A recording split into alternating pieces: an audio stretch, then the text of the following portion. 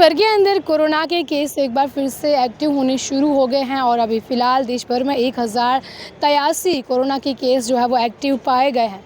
सबसे ज़्यादा कोरोना के केस जो है केरल से आए हैं, जहां पर 430 लोग अभी कोरोना से संक्रमित है। और वहीं उसके बाद अगर बात करें तो महाराष्ट्र के अंदर फिर, और उसके बाद जो है उत्तर प्रदेश के अंदर है।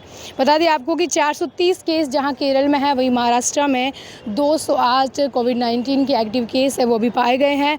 और वहीं कर्नाटका के अंदर 30 कोविड के जो केस है वो पाए गए हैं। सबसे ज़्यादा राजधानी बेंगलोर के अंदर कोरोना के एक्टिव केस है वो पाए गए हैं। और इसके बाद उत्तर प्रदेश में कोरोना के 30 केस पाए गए हैं, जहां आज ही उत्तर प्रदेश में एक जो है कोविड के कारण एक मौत है बुज़ुर्ग की, वो भी हुई है। और वहीं से पहले आपको बता दें, राजस्थान के अंदर भी 2 जो लोग हैं उनकी मौत हुई, और जब उनकी रिपोर्ट आई तो पता चला कि वो भी कोरोना पॉजिटिव थे। एक व्यक्ति का शव मिला था रेलवे स्टेशन के पास, उनकी रिपोर्ट में वो कोरोना पॉजिटिव आए थे। और एक 26 साल का युवक जिसका किसी प्राइवेट हॉस्पिटल में ट्रीटमेंट चल रहा था, और इसी दौरान उसके टेस्ट में भी उसको टीबी भी थी और कोविड पॉजिटिव उसकी रिपोर्ट आई थी, उसकी हालांकि मौत हो चुकी है।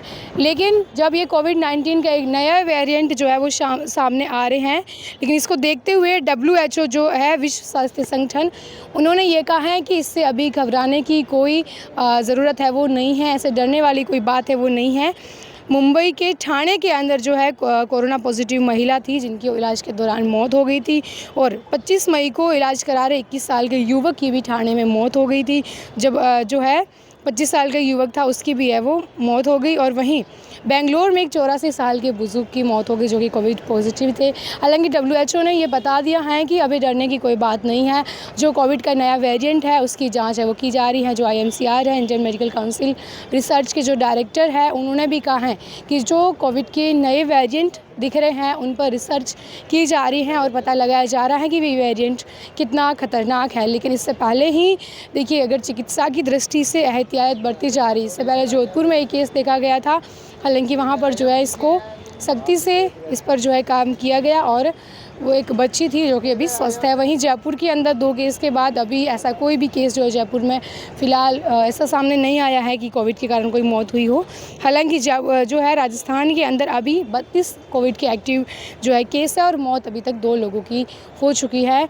लेकिन यहाँ पर देखिए जिस तरह से ये केस सामने आ रहे हैं, तो उत्तर प्रदेश और बिहार का दौरा है प्रधानमंत्री का, तो इस दौरान भी गाइडलाइंस है वो जारी की गई है, जिसमें जो है PM के 100 मीटर के दायरे में रहने वाले लोगों का पहले कोविड टेस्ट होगा और उसके बाद ही वो लोग वहां पर जा पाएंगे। ऐसे में आमजन से अपील की है जो IMCR ने भी कि डरने की कोई बात नहीं है, आप अपना ख्याल रखें, क्योंकि गर्मी भी बहुत ज़्यादा है और ये नए वेरिएंट आए हैं। इसका जल्द ही खुलासा होगा कि किस तरह का कि ज़्यादा खतरनाक है या फिर ये वेरिएंट नॉर्मल है, क्योंकि इसी तरह का जो ओमिक्रॉन था कोरोना का वेरिएंट, ओमिक्रॉन जो है 2023 में भी देखा गया था, और इसके बाद जो नए वेरिएंट आए हैं इसकी जांच जारी है। WHO भी बताएगा, जो इंडियन मेडिकल जो काउंसलिंग रिसर्च है वो भी जांच करेगा कि ये कौन सा नया वेरिएंट कोविड का आया है, क्या ये खतरनाक है या फिर अगले आने वाले समय में ये कितना खतरनाक साबित हो सकता है, या फिर ये एक नॉर्मल है जो यहीं तक रहेगा। ये एक रिसर्च के बाद ही पता चलेगा